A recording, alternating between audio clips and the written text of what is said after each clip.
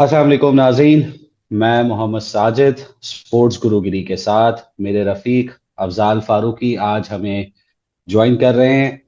अच्छा, पाकिस्तान की क्रिकेट हो या दुनिया का कोई भी स्पोर्ट्स हो या दुनिया की क्रिकेट हो, उसमें एक ऑक्यूपेशन, एक प्रोफेशन जो होता है वो बहुत इंपॉर्टेंट होता है किसी भी प्लेयर के एक लॉन्ग लास्टिंग करियर या फिर एक प्लेयर के अनफिट ना होने के रीजंस और एक प्लेयर के फिटनेस का रीजंस। ये तमाम रीजंस के पीछे एक वर्ड छुपा हुआ होता है जिसकी ज्यादातर अ, चर्चा नहीं होती, बातचीत नहीं होती, लोग उस चीज को इतना ज्यादा प्रोवोक नहीं करते। क्यों नहीं करते? ये सब जानने के लिए हमने आज एक ऐसी शख्सियत को दावत दी है कि जिनके बिना मैं ये कहता हूं कि स्पोर्ट्स किसी भी लेवल का हो वो इनकम्प्लीट है। कुछ लोग उनको फिजियोथेरेपिस्ट के नाम से जानते हैं, कुछ लोग उनको फिजियो के नाम से जानते हैं, कुछ लोग उनको मेडिकल मेंबर के नाम से जानते हैं। इनके डिफरेंट डिफरेंट नाम होते हैं। कोई एक इंजरी होती है तो आप सबसे पहले डग आउट की तरफ देखते हैं तो आपको किसको बुलाना होता है, आपको पता होता है जल्दी से बुलाओ जल्दी बुलाओ। एक एक्सप्रेशंस उसके अंदर शामिल होते हैं, बहुत सारी चीजें होती हैं। अच्छा, आज हमने जिनको इनवाइट किया है, he is one of the ninth person in the world to have done a PhD on cricket injury prevention. और ये एक एजाज की बात है कि इनका ताल्लुक हमारे प्यारे मुल्क पाकिस्तान से है। इन्होंने पाकिस्तान के लिए भी सर्व किया है 2021 से 2023 तक। He is a member of medical advisory committee at ICC as well. और आईसीसी की आजकल काफी चर्चा है, काफी बातचीत है, तो हम कोशिश करेंगे कि उनसे आईसीसी के रेफरेंस पे भी कुछ बात करेंगे। Is currently working right now for Australia cricket as a team doctor and coveting Australia A under 19 and national deaf cricket team as well. Wow. He's also the chief medical officer for Port Melbourne Football Club as well and a doctor for Victorian State Football Team. इनसे जानने की कोशिश करेंगे कि ये एक दिन में कितने पेशेंट और कितने डिफरेंट प्रोफेशंस और कितने डिफरेंट एसोसिएशंस को कवर अप करते हैं। None other than we have with us doctor Najeeb Soomro. अस्सलाम वालेकुम डॉक्टर साहब, कैसे मिजाज हैं? खैरियत से हैं? वालेकुम सलाम साजिद भाई। वालेकुम सलाम अफजाल भाई। Thank you very much for inviting me and I am very humbled by your introduction. Thank you very much. नहीं सर, सर जजाकल्ला खैर। सबसे पहले स्टार्ट करेंगे। दुनिया चुनती है कि मैं स्पोर्ट्स का के अंदर जाऊं, जानशेर खान बनूं, जहांगीर खान बनूं, इमरान खान बनूं, जावेद मियादाद बनूं, शहबाज सीनियर बनूं। आपने बोला नहीं यार, मैं इनका इलाज करने वाला बनता हूं। क्यों? आपने ये फील्ड क्यों चुनी और कैसे आपका करियर स्टार्ट हुआ? That's a very interesting question. बहुत जबरदस्त आपने सवाल पूछा है और I will tell you a very interesting story behind it. मैं जब बड़ा हो रहा था तो कोई क्रिकेट का ऐसा सच कुछ पता नहीं था। पहली दफा जब क्रिकेट का एक माहौल बना, वो बना 96 के अंदर। उस वक्त मैं तकरीबन 10-11 साल का था। तो हम्म। 96 का वर्ल्ड कप हो रहा था पाकिस्तान में। तो उसका जी। बहुत ज्यादा एक जो है ना वो बना हुआ था कि पाकिस्तान में वर्ल्ड कप हो रहा है, ये सब लोग उसको फॉलो करने लग गए। तो मैंने अपने फादर से बड़ी जिद की कि कराची में मैच है, हम्म। पाकिस्तान साउथ अफ्रीका का, तो वो मुझे जाके देखना है मैच। हम्म। मैंने बड़ी जिद की, उन्होंने कहा कोई कोई जरूरत नहीं है, वहां पे रश होती है, गर्मी होती है, ये वो। Anyway I convinced him to take me to the match. अच्छा, मेरे फादर को क्रिकेट का कोई शौक नहीं था। मेरी फैमिली में किसी को क्रिकेट का कोई शौक नहीं था। Match interesting. पे हम लोग चले गए। मैच पे हम लोग चले गए तो वहां पे आपको एक प्लेयर याद होगा, उस Jack Kallis, one of the best of allrounders in the course. World. Of Jack course. Kallis की वो डेब्यू सीरीज थी। Jack hmm. कैलिस जो है वहां पे बिल्कुल बाउंड्री के पास वो जंगले लगे हुए होते थे, जैसे आपको पता है। वो हम्म। जंगले के पास गिर गया और उसने पूरा यूं करके जो ना वो, उसको कुछ हो गया वहां पे। सारे लोग इकट्ठे हो गए। उन्होंने यूं डग आउट से किसी को बुलाया। तो एक हम्म। बंदा भागता हुआ या बैग लेके मेडिकल। तो सब उसको पूरी अटेंशन उसके ऊपर आ गई। तो मैंने अपने फादर से पूछा कि ये बंदा कौन है, तो उन्होंने कहा कि ये डॉक्टर है टीम का। तो वहां से मेरे हम्म। दिमाग में बात बैठ गई कि क्रिकेट टीम में अगर आपको आना है तो जरूरी नहीं है कि आप प्लेयर हो, आप एज अ डॉक्टर भी आ सकते हैं। वाह। Very good.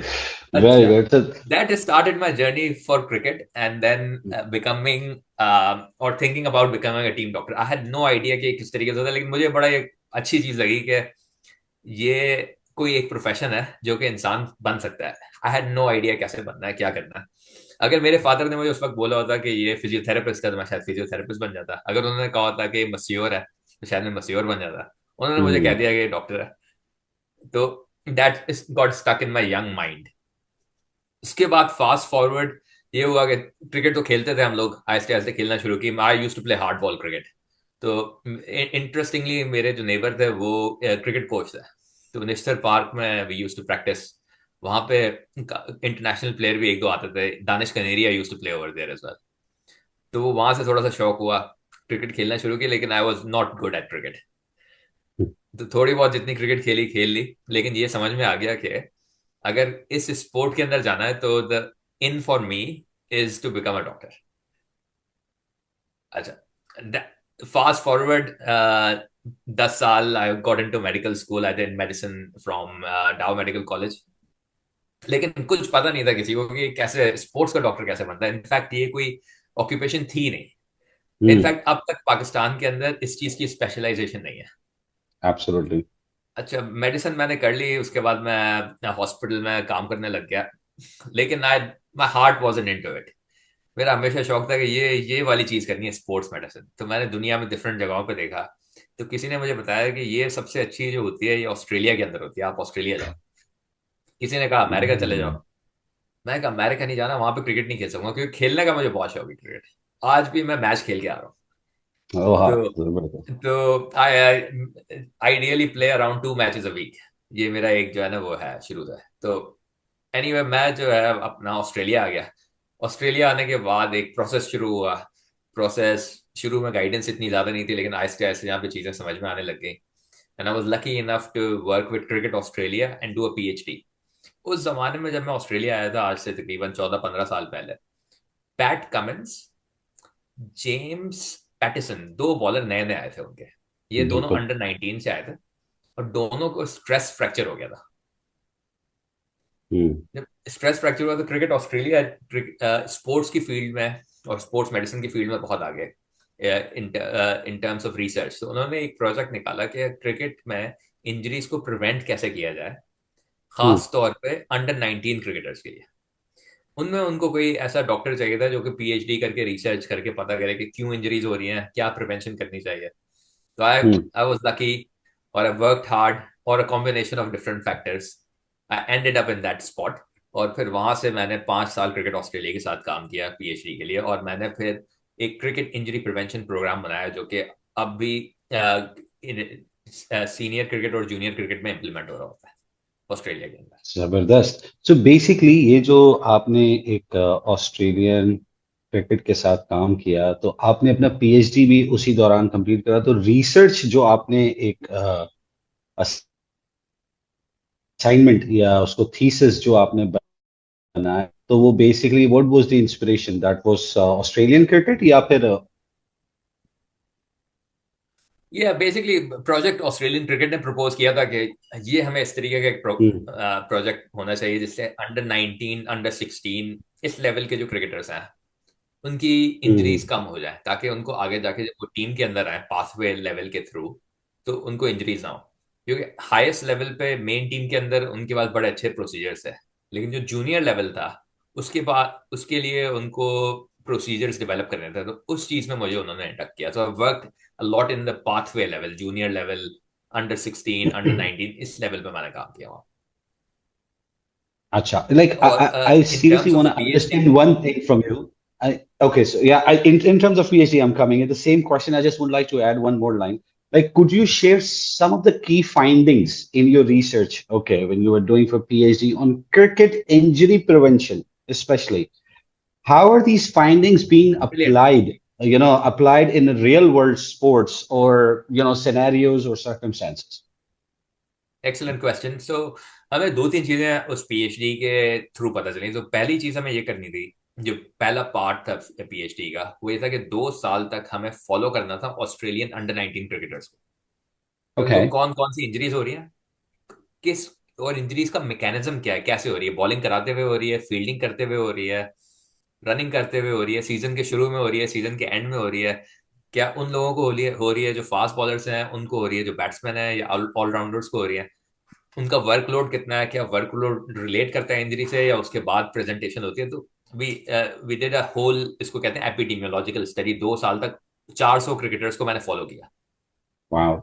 अच्छा, उसमें पता है चला कि जो सबसे स्ट्रेसफुल इंजरी है, या जिस इंजरी में बहुत ज्यादा टाइम लगता है, that is lower back stress fracture.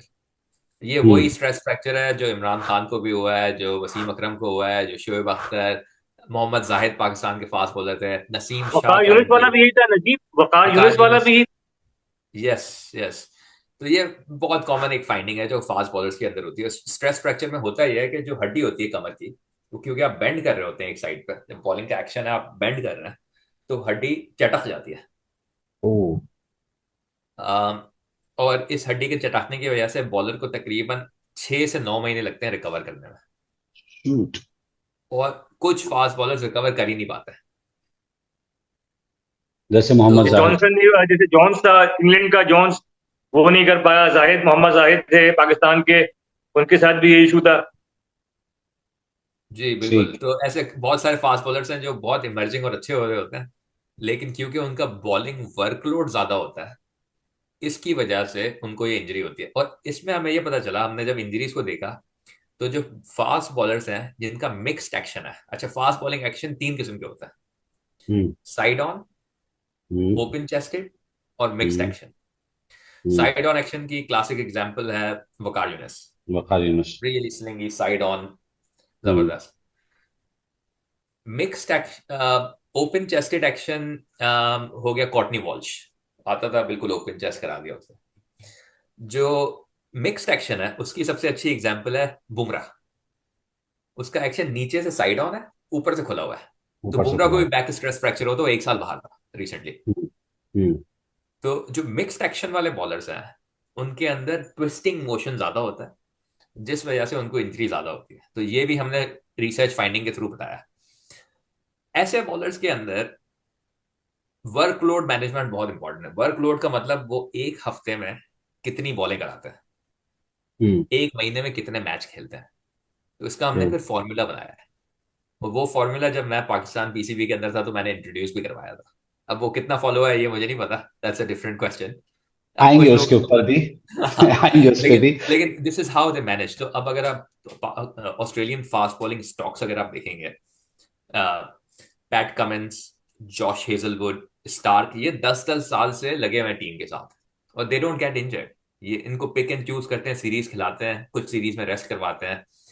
इनको ये लीग ज्यादा नहीं खेलते, जैसे पैट कमिंस ने पिछले साल आईपीएल छोड़ दी थी अपनी। दे दे दे लेट थिंग्स गो। जैसे अब आखिरी उसने वनडे नहीं खेला ताकि उसकी बॉडी को रेस्ट मिले, और वो ज्यादा मैचेस नहीं खेले ताकि वो इंडिया सीरीज के लिए तैयार हो। तो ये सारे हम्म। फॉर्मूलाज हम बना के देते हैं। तो that was the part of the PhD. अच्छा। अफजाल भाई। Thank you very much doctor Nadeem Soomro. मैं ये जानना चाहूंगा कि जैसे आपने बात की वर्क लोड मैनेजमेंट की, तो ऐसा क्यों नहीं है, कम से कम अगर हम पाकिस्तान पर्सपेक्टिव में बात करें, कैसे अभी इन्होंने अलीम डार को सिलेक्शन कमेटी में लिया, और अलीम डार से भी तो ऐसा क्यों नहीं हुआ, जैसा आप जब तक पीसीबी में भी थे, कि डॉक्टर्स भी इस तरह के ट्रेनर्स जैसे होते हैं, वो क्यों नहीं सिलेक्शन कमेटी का पार्ट होते, ताकि वो भी आइडेंटिफाई कर सकें कि कौन सा प्लेयर फिट है या कौन से प्लेयर इंजरी प्रोन है, कि वो अगर बड़ी सीरीज खेल रहा है तो उसको इशू हो सकता है। या डॉक्टर क्यों ये पीसीबी के सेटअप में, जैसे जब इन्होंने एक अंपायर को भी लिया, तो डॉक्टर्स की जगह क्यों नहीं बन पाई कभी, या क्यों नहीं बन पाती सिलेक्शन के पैनल में? अफजाल भाई, ये क्वेश्चन तो आपको मोहसिन नकवी से पूछना चाहिए। हाँ ये एग्जैक्टली। डिसीजन तो वो लेते हैं। तो आई डोंट नो। बेसिकली जो सिलेक्शन के इश्यूज हैं उसके अंदर जाहिर है doctors as a medical advice हम लोग दे सकते हैं अगर हमसे कोई पूछेगा। अगर if we are not involve then हम लोग तो बता नहीं सकते ना कि ये इसको होना चाहिए, इसको नहीं होना चाहिए। वी कैन गिव एडवाइस, आगे जो डिसीजन है वो तो स्टेक होल्डर्स की है। अनफॉर्चुनेटली थोड़ा सा जो इशू मुझे लगता है वो अवेयरनेस का लगता है, अवेयरनेस एंड अंडरस्टैंडिंग। सेकेंडली, अब थोड़ा दूसरा जो इशू है हमारे पास, अनफॉर्चुनेटली हमारे पास जो लोग आते हैं समटाइम्स वो उस कैलिबर के या उस तरीके का एजुकेशन लेवल नहीं होता। इन साइंटिफिक चीजों को समझने के लिए भी आपको एक एक अलग किस्म का दिमाग चाहिए। थर्डली, अवेयरनेस का, जैसे मैंने आपको कहा कि ये क्योंकि नई चीज है साइंस में, ये पिछले 10-15-20 साल के अंदर इसमें सारी एडवांसमेंट हुई है। तो जिन लोगों ने पहले क्रिकेट खेली हुई है उस वक्त ये चीजें नहीं थी, शायद पहले ऑस्ट्रेलिया में भी नहीं थी, डेनिस लिली के टाइम पे 1980s में, अर्ली 1990s तक ये यहाँ भी नहीं थी। तो I can understand the fact कि कोई भी चीज, नई चीज जब आती है तो उसको समझने में, करने में टाइम लगता है, और I think that's one of the main reasons as well. ठीक। Thank you. मैं एक चीज में और भी ऐड करना चाहूंगा। इंजरीज के हवाले से जैसे बात की, तो आपने पीसीबी के साथ भी सर्व किया। किस प्लेयर को आप आइडेंटिफाई करेंगे कि जो बहुत अपने हवाले से कॉन्शियस था, अपनी फिटनेस के हवाले से, और ख्याल रहता था कि वर्कलोड मैनेजमेंट जहाँ तक बात हो रही है अभी, कि वो वर्कलोड मैनेजमेंट को प्रॉपरली जो आप लोग उसको बना के देते थे, पूरा रूटीन या पूरा शेड्यूल किस तरह अपने आप को आप मैनेज करना है वर्कलोड मैनेजमेंट के हवाले से, तो कौन सा आपको प्लेयर कोऑपरेटिव लगा, जिसके साथ आपको लगा कि हाँ यार, जो मैंने कहा इसने वो फॉलो किया और उसका करियर बेहतर सिमत पे गामजन है? बड़ा अच्छा आपने सवाल पूछा है। इसमें चार पांच प्लेयर ऐसे थे जो बहुत प्रोएक्टिव थे, जो आके सवाल पूछते थे, लर्न करते थे, उनको सीखने का बहुत शौक था, और वो अपने ऊपर स्पेशली स्पेसिफाइड टाइम्स पे काम कर रहे होते थे। And I would see them in the gym regularly, कोई सेशन मिस नहीं करना, आके पूछना बार बार, और अपनी डाइट पे फोकस करना। तो ऐसे तीन चार प्लेयर्स मैं आपको नाम बता सकता हूँ। नंबर वन, जो सबसे डेडिकेटेड मुझे बंदा लगा, वो नसीम शाह। Very dedicated. आके वो कोई सेशन मिस नहीं करता था, एक्स्ट्रा सेशंस अपने करता था, अपनी बॉडी का ख्याल रखता था, और चीजें चीजें वो मानता था। मैं उसको बड़ी जबरदस्त आपको एग्जांपल देता हूँ। हम लोगों ने खेला था एशिया कप दुबई के अंदर, 2000, आई 2022, थिंक इट वाज 2021, 22, जिसमें 21। हाँ 21 22 था, 22 इसमें था मेरे इंडी ख्याल से, आइए, हाँ, जिसमें श्रीलंका जीत गया था। 22, उस 22। हाँ, उस सीरीज के अंदर हमारे पास क्रैम्प्स का बड़ा मसला था। दुबई में बहुत सख्त गर्मी थी, 42 43 डिग्री, 45 डिग्री। मैं स्टेडियम नसीम में शाह को मौजूद था। क्रैम्प हो गया, रिजवान, मैं पांच छह और मैं लोग, कह सबको रहा क्रैम्प हो रहा मैं कह रहा हूँ मैं स्टेडियम में मौजूद था जब शादाब ने यूं कैच छोड़ा था ना, राजा पस्का का। था। तो उस सीरीज में नसीम मेरे पास आया, कहता है डॉक्टर साहब ये क्रैम्प से मेरी जान छोड़ा है। अच्छा, एक जो सबसे बड़ा प्रॉब्लम था पाकिस्तान टीम के अंदर, जिसकी वजह से मेरी बहुत लोगों से नहीं बनती थी वहां पे, वो थी सॉफ्टवेयर, एक मखसूस सॉफ्टवेयर का, सॉफ्टवेयर कह रहा हूँ, सॉरी, सॉफ्ट ड्रिंक का ब्रांड है जो पाकिस्तान को स्पॉन्सर करता है, जी, और वो पेप्सी। बेधड़क वहां पे पड़ी हुई होती है, और मैं उसको हम्म। बैन कर करके थक गया, लेकिन शायद मेरी ही छुट्टी हो गई उसी वजह से। अ, तो मैंने ये बताया, उसको समझाया, साइंटिफिकली समझाया कि ब्रेकिंग बेटा, न्यूज, ब्रेकिंग न्यूज, हाँ, डॉक्टर नजीब सुमरो ने कहा कि उनकी छुट्टी हो गई पेप्सी की वजह से। हाय पेप्सी हाय। तो काफी लोगों चलेगा से आगे। मेरी इस पर लड़ाई होती थी, क्योंकि पेप्सी बड़ी एडिक्टिव चीज है, जो सॉफ्ट ड्रिंक है, एब्सोल्युटली यार। बड़ी एडिक्टिव चीज है, प्लेयर्स के लिए बिल्कुल भी अच्छी नहीं है। उसका रीजन ये है कि जो हमारे मसल्स कॉन्ट्रैक्ट करते हैं साइंटिफिकली, वो कॉन्ट्रैक्ट करते हैं कैल्शियम की वजह से। कैल्शियम मॉड्यूलेट करता है मसल्स को। तो जो फिजियोलॉजी है बॉडी की, उसमें ये होता है, जब कैल्शियम की मिकदार आगे पीछे हो जाए, या ज्यादा हो जाए या कम हो जाए, तो क्रैम्प्स आना शुरू हो जाता है। अच्छा, सॉफ्ट ड्रिंक क्या करता है, जो भी आपकी बॉडी का कैल्शियम है ना, उसको निचोड़ लेता है, क्योंकि वो एसिड होती है सॉफ्ट ड्रिंक के अंदर। हम्म। अब नसीम ने मुझे पूछा, मैंने नसीम को ये चीज समझाई कि देखो, ये जो सॉफ्ट ड्रिंक है ना, ये तुम लोगों के लिए सही नहीं है, तुम ऐसा करो, तुम रात को दूध पियो। तो नसीम ने मुझे कहा कि डॉक्टर साहब, ये आपने जो आप कहेंगे मैं करूंगा। और उसके बाद से अब तक अगर आप नसीम को देखें, तो उस सीरीज के बाद उसको क्रैम्प्स उस तरीके से नहीं आया जिस तरीके से वहां पे आ रहे थे, और उसने उसको फॉलो किया। रोज मुझसे रात को आता था मेरे पास दूध, पी रहा होता था। तो I really like that fact. अच्छा, लेकिन एक बात ये बाकी बताएं, दो नसीम के रेफरेंस में बात करते हैं। अफजाल भाई, दो बाकी के दो को नाम भी आप को डॉक्टर साहब आप दे दीजिएगा। नसीम के रेफरेंस में बात करते हैं, 2022 में उसको एक इंजरी हुई, ठीक है, जिसके बारे में हमें एज अ व्यूअर हमें ये पता चला कि भाई he tried to discuss with PCB management, लेकिन पीसीबी ने उसको इग्नोर कर दिया। अच्छा, जिसकी वजह से वो पूरा साल 2023 का इंजरी के शिकार रहा, ठीक है, और वो वर्ल्ड कप भी नहीं खेल सका 2023 का, ठीक है। उसकी जगह हसन अली ने खेला, सही है। आपके पास हारिस रऊफ दूसरा ऑप्शन था, शाहीन शाफरीदी का, ठीक है। फिर शाहीन की एक इंजरी होती है 2022 के अंदर, एक कैच लेते हुए, ठीक है। और मतलब वो कोई, मैं ये नहीं बोल सकता कि जान उसने लगा दी थी, वो एक नॉर्मल कैच था, अगर वो टाइम पे भी पकड़ सकता था, लेकिन खैर एक इंजरी हुई। क्या ऐसा हुआ था कि पीसीबी ने निग्लेक्ट करा और पाकिस्तान क्रिकेट को सफर करना पड़ा? अच्छा, थोड़ी सी मैं इसको फैक्चुअल करेक्शन कर दूं। हम्म। नसीम की जो इंजरी हुई थी वो 2023 में हुई थी, जिसकी वजह हम्म। से वो अक्टूबर वाला वर्ल्ड कप नहीं खेल पाया जी था, जो जी कि इंडिया में हुआ था। तो जी। That was after my tenure. हाँ। मेरा टेन्योर खत्म हो गया था मई 2023 में। उसके बाद नसीम ओके। एशिया कप के अंदर आई थिंक इंजर्ड हुआ था, जो कि एशिया कप था जुलाई अगस्त इस टाइप का टाइम था। जी that's when he got injured. जी। तो दैट्स सो मैं वहां पे मौजूद नहीं था, तो I can't comment on that. लेकिन मैं इंजरी का बता सकता हूँ कि I know what the injury was. Injury basically उसका पेक्टोरल मसल जो होता है, जो चेस्ट का मसल हम्म। होता है, वो रिप ऑफ हो गया था। और वो उह।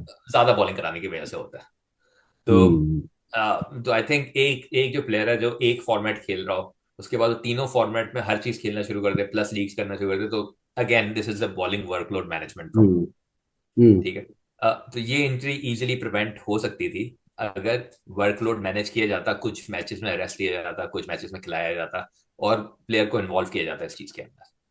अच्छा, इसी पे एक सवाल भी बनता है कि मतलब what are the biggest challenges in like preventing cricket injuries, specially for example भाई, मॉडर्न क्रिकेट के अंदर, मॉडर्न डे क्रिकेट के अंदर फिजिकल डिमांड एक इम्पॉर्टेंट फैक्टर और एलिमेंट है मेरी नजर में। So what are the reasons like कि ऐसा, या चैलेंजेस क्या आते हैं, नॉर्मल एक क्रिकेटर को क्या चैलेंजेस आते टू प्रिवेंट? एक्चुअल क्वेश्चन है, इसको इसको थोड़ा सा ब्रेक डाउन करके आपको समझाना चाहूंगा कि, और ऑडियंस को भी समझाना चाहूंगा कि मेडिकल सेटअप रन कैसे करता है किसी भी डिपार्टमेंट का, और किसी भी स्पोर्ट के अंदर। एक डॉक्टर होता है, someone like my self. Doctor का रोल होता है कि अगर कोई बीमार हो गया, कोविड हो गया फॉर एग्जाम्पल, नजला जुकाम हो गया, कोई मेडिकेशन देनी है, दवाई देनी है, डोपिंग के अंदर वो नहीं है, वो चेक करके बतानी है, तो डॉक्टर का काम इस चीज के अंदर ज्यादा होता है। या कोई इंजेक्शन देना है प्लेयर को, या कोई स्पेसिफिक एडवाइस प्लेयर को चाहिए न्यूट्रिशन के हवाले से, इस टाइप की चीजों के हवाले से, तो वो दे दी। उसके बाद जो रोल होता है वो होता है फिजियोथेरेपिस्ट का। फिजियोथेरेपिस्ट वो होता है जो मस्कुलो स्केलेटल इंजरीज, जिसको कहते हैं मसल्स की इंजरीज हो गई, तो उनको पहली पॉइंट ऑफ कॉल फिजियोथेरेपिस्ट होता है। ओके। और उसकी रिहैबिलिटेशन भी फिजियोथेरेपिस्ट कराता है, ये डॉक्टर का काम नहीं होता रिहैब। अच्छा, जो थर्ड चीज होती है वो होता है ट्रेनर। ट्रेनर का काम होता है प्री हैब कराना। रिहैब होता है इंजरी के बाद, प्री हैब होता है इंजरी से पहले। उसको ट्रेन करना है इस तरीके से कि उसकी बॉडी कंडीशन हो जाए, और उस कंडीशनिंग की वजह से इंजरी ना हो। ओके। ठीक है। तो ये तीन मेन रोल होते हैं किसी भी टीम के अंदर। अनफॉर्चुनेटली हमारे पास लैक ऑफ प्रोफेशनल्स की कमी है। जो professionals, high quality professionals, we don't have in PCB. जब तक वो नहीं आएंगे लोग जो कि पूरे सिस्टम को सही तरह चलाएं और हर स्टेप एक साथ चले, तब तक कोई चीज इंप्रूव नहीं हो सकती। ये इसी तरीके से गाड़ी के तीन पहिए, चार पहिए हैं।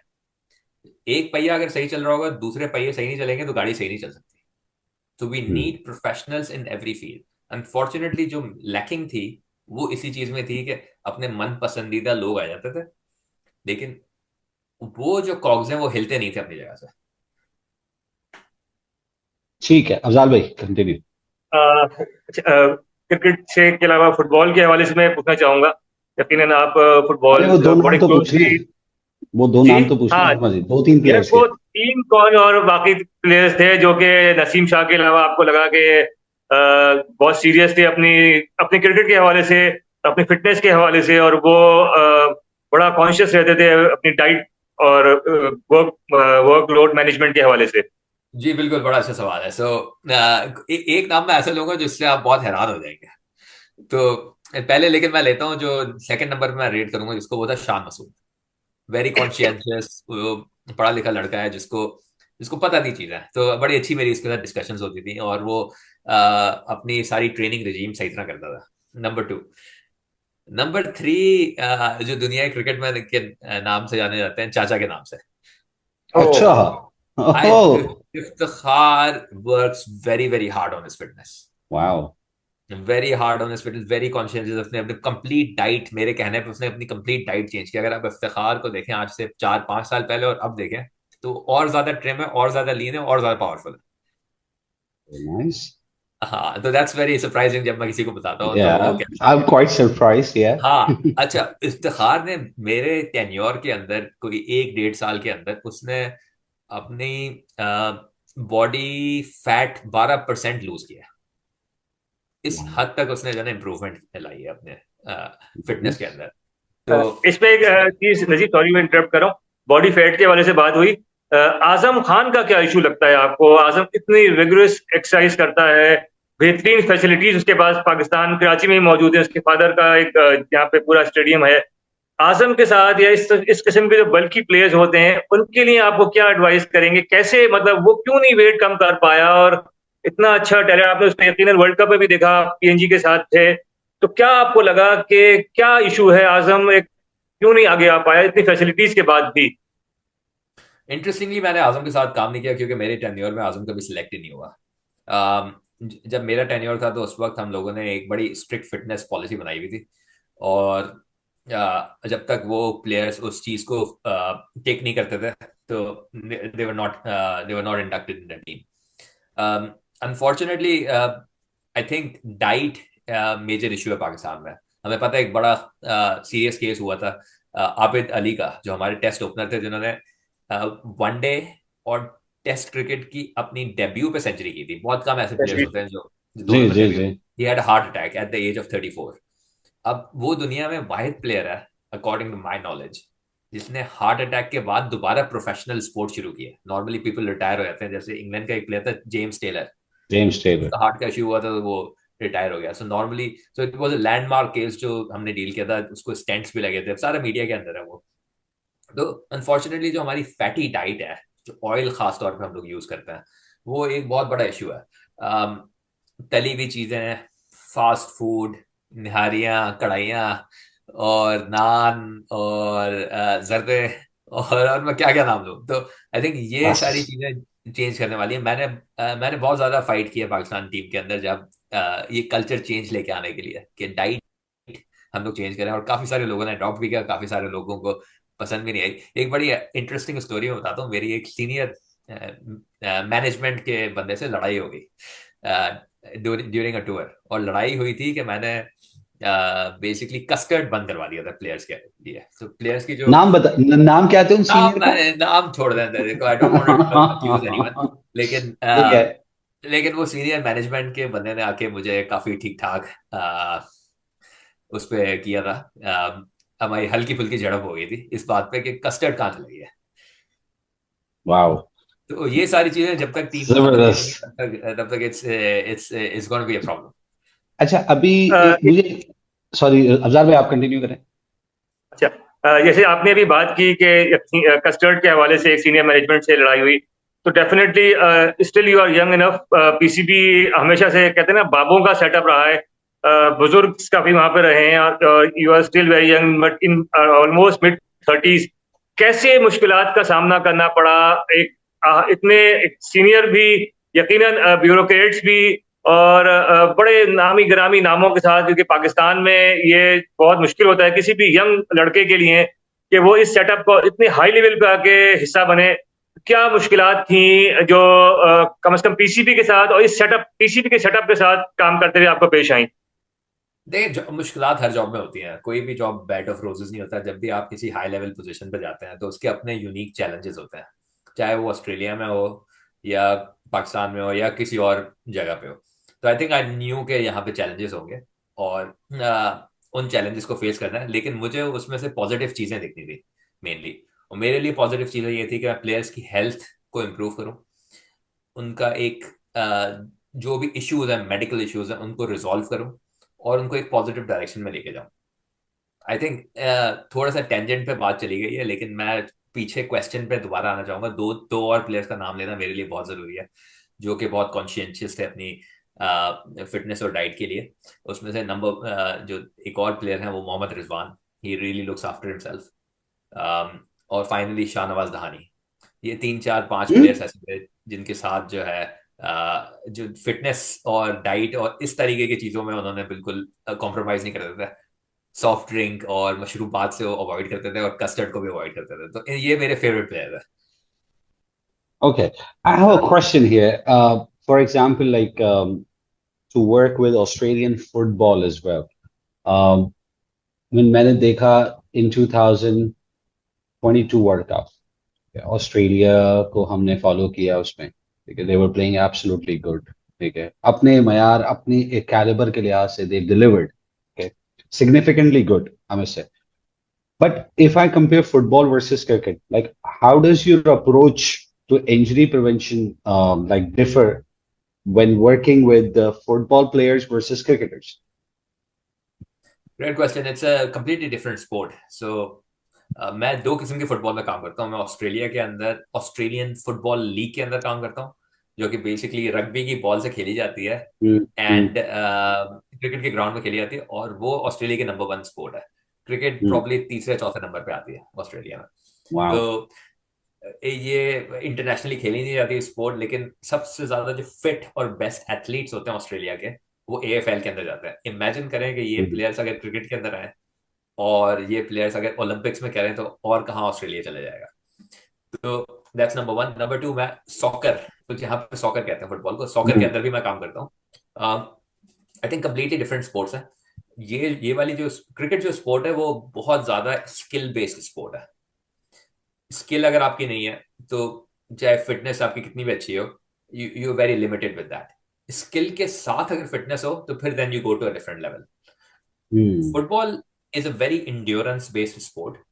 Fast, sharp, change of direction. Fitness is everything in it. Fitness अच्छी होगी फिर स्किल पे आहिस्ते आहिस्ते काम हो जाएगा.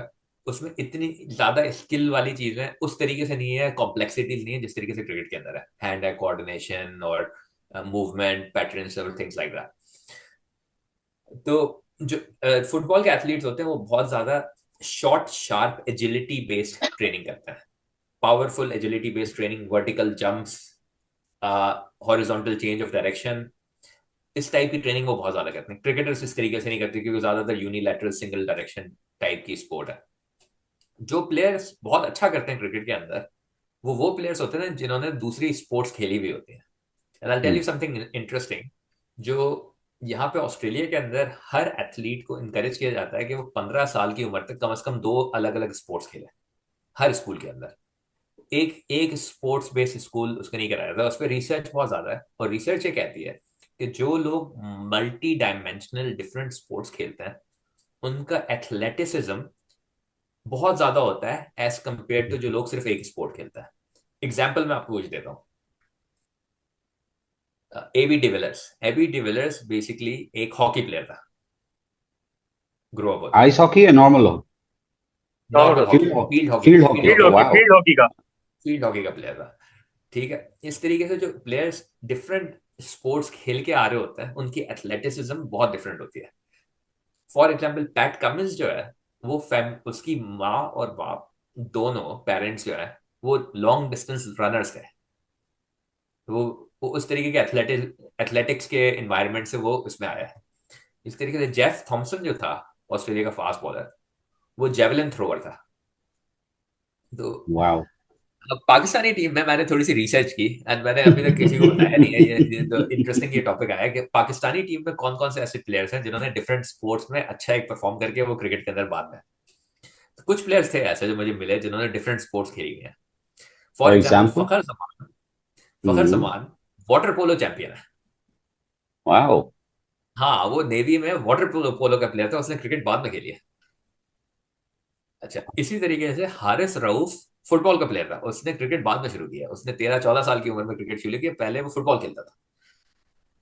सिमिलर शाहीन अफरीदी गोलकीपर था. अच्छा, शाहनवाज धानी मछेरा था. शाहनवाज धानी के गांव के अंदर फार्म्स हैं, वो स्विमिंग करके मछली को पकड़ रहा है. वो इतना एथलेटिक है. तो इस तरीके से डिफरेंट प्लेयर्स मुझे. हाँ, और Osama Mir international Pakistan volleyball player था. उसको ऑलमोस्ट वो पाकिस्तान के वॉलीबॉल टीम को कॉन्ट्रैक्ट मिल रहा था, लेकिन उसने छोड़ के क्रिकेट इख्तियार की. You must be thinking he should have been continue with volleyball. Okay, acha. All right. Now I have another question. Before Afzal bhai, do you have any question? Yeah, मैं यही इसके हवाले से कंटिन्यू करूंगा कि रिजवान की जो इंजरी हुई थी जब आप वो हॉस्पिटल में था, उसके बाद आप बिल्कुल था कि सेमीफाइनल खेलेगा नहीं खेलेगा। रिजवान आया, फिर उसने बहुत जबरदस्त परफॉर्मेंस दी। उसकी आईसीयू में इनफेक्ट था वो 48 आवर्स पहले तक। क्या लगता था पाकिस्तान क्रिकेट के लिए, कैसे वो लम्हात क्या थे? यकीनन वो आपके करियर के हवाले से, पाकिस्तान के हवाले से सबकी निगाहें आप पे थी। रिजवान एक प्राइम फॉर्म में अभी भी माशाल्लाह है, उस वक्त तो खैर था वो। क्या एक्सपीरियंस था वो वाला? वो बड़ा चैलेंजिंग एक्सपीरियंस था। चैलेंजिंग एक्सपीरियंस इस तरीके से था कि वो मेरा पहला टूर्नामेंट था as a doctor for the Pakistan team. Tournament बहुत बड़ा था, पाकिस्तान टीम बहुत अच्छा कर रही थी और Rizwan main top run scorer था। और उसके बाद वो हो गया बीमार। वो बीमार इस तरीके का हुआ कि अगर उसको उस रात को, अगर उसने मुझे कॉल नहीं की होती तो उसके लंग विंड पाइप जो है वो फट जाता। वो इस लेवल की उसको स्वेलिंग हुई हुई थी, उसको इस लेवल की इन्फेक्शन हुई हुई थी। और रिजवान इस तरीके का प्लेयर है कि वो छोटी मोटी चीजें बताता नहीं है। वो he carries on, he is that sort of a guy. बहुत ज्यादा उसके अंदर वो करेज और इस टाइप की चीजें हैं। फाइटर है, ही इज फाइटर। तो एनीवे उसने मुझे रात को 12 बजे फोन किया और उसकी आवाज नहीं निकल रही थी फोन पर। और उसने मुझे अपनी 2-3 कंडीशन बताई। तो जैसे ही उसने मुझे बताया, मैंने कहा रिजवान जहां भी हो, जैसे भी हो, फौरन नीचे आ जाओ। जो कपड़े पहने, कोई चीज नहीं उठानी, सिर्फ नीचे आना है, हमें सीधा हॉस्पिटल जाना है। तो वो नीचे आया, एम्बुलेंस भी नहीं बुलाएंगे। मैंने कहा बस गाड़ी जो भी है हमारे पास अवेलेबल उसको पकड़ा और हम हॉस्पिटल चले गए सीधा। हॉस्पिटल जब चले गए वहां पे, तो वहां पे जब फिर इसके टेस्ट वेस्ट हुए, सारी चीजें हुई, पता चला बहुत ज्यादा स्वेलिंग इन्फ्लेमेशन थी उसको और बहुत सीरियस एक इलनेस उसको हुई हुई थी। और ये था तकरीबन 48 घंटे पहले वर्ल्ड कप सेमीफाइनल के। तो ये मेरे करियर के लिए बड़ा एक चैलेंजिंग केस था। क्योंकि चैलेंजिंग आसान इस तरीके से होता है अगर मैं कह देता कि देखें ये इंजर्ड है या ये बीमार है, ये नहीं खेल सकता, तो दैट्स इजी। चैलेंज तब होता है जब आप बीमार बंदे को सही करके और मेक श्योर कि वो बिल्कुल सही है और वो खेले और वो परफॉर्म करे, तो that is a bit of a feather in the head type of a thing. तो मैंने इसको अपने लिए एक चैलेंज लिया। कंटिन्यूअस काम किया हमने, कोई पूरी दुनिया के कोई 8-10 स्पेशलिस्ट इकट्ठे करके, केस कॉन्फ्रेंसेस करके, डिफरेंट उसको दवाएं दी। वो रिकवर हो गया 48 आवर्स के अंदर और उसने फिर परफॉर्म किया। तो इससे मुझे टीम के अंदर बहुत ज्यादा बूस्ट मिला। टीम में प्लेयर्स का मेरे ऊपर कॉन्फिडेंस आया और दैट वाज वेरी गुड। तो चैलेंजिंग एनवायरनमेंट में अगर आप वर्क अच्छा करते हैं तो वो फिर आपको एक पॉजिटिव चीजें भी होती हैं। तो मैं उसकी हमेशा पॉजिटिव चीजें देखता हूँ। ठीक है। मेडिकली पॉसिबल जबरदस्त। था कि इस इन्फेक्शन से 48 आवर्स में वो रिकवर कर जाए? लोग कहते हैं मौजज़ा है ये हर तरफ की बात थी कि तो मौजज़ा है, इतनी क्रिटिकल, जैसे आप खुद भी कह रहे हैं कि उसके फेरिंग्स जो थे वो इतने स्वेल हुए हुए थे। तो ये तो एक यकीनन मौजज़ा था कि वो 48 आवर्स में ग्राउंड में खड़ा हुआ है, भाग रहा है, दौड़ रहा है।